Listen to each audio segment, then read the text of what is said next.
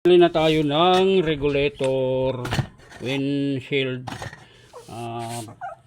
single burner, tapos yung paglalagyan ng mga paninda. Yan, tatlo yan, tatlong box yan, 1, 2, 3. Tapos meron na tayong itong, meron na tayong sambaranjing.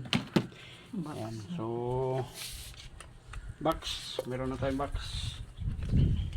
At nakabili na tayo ng pintura.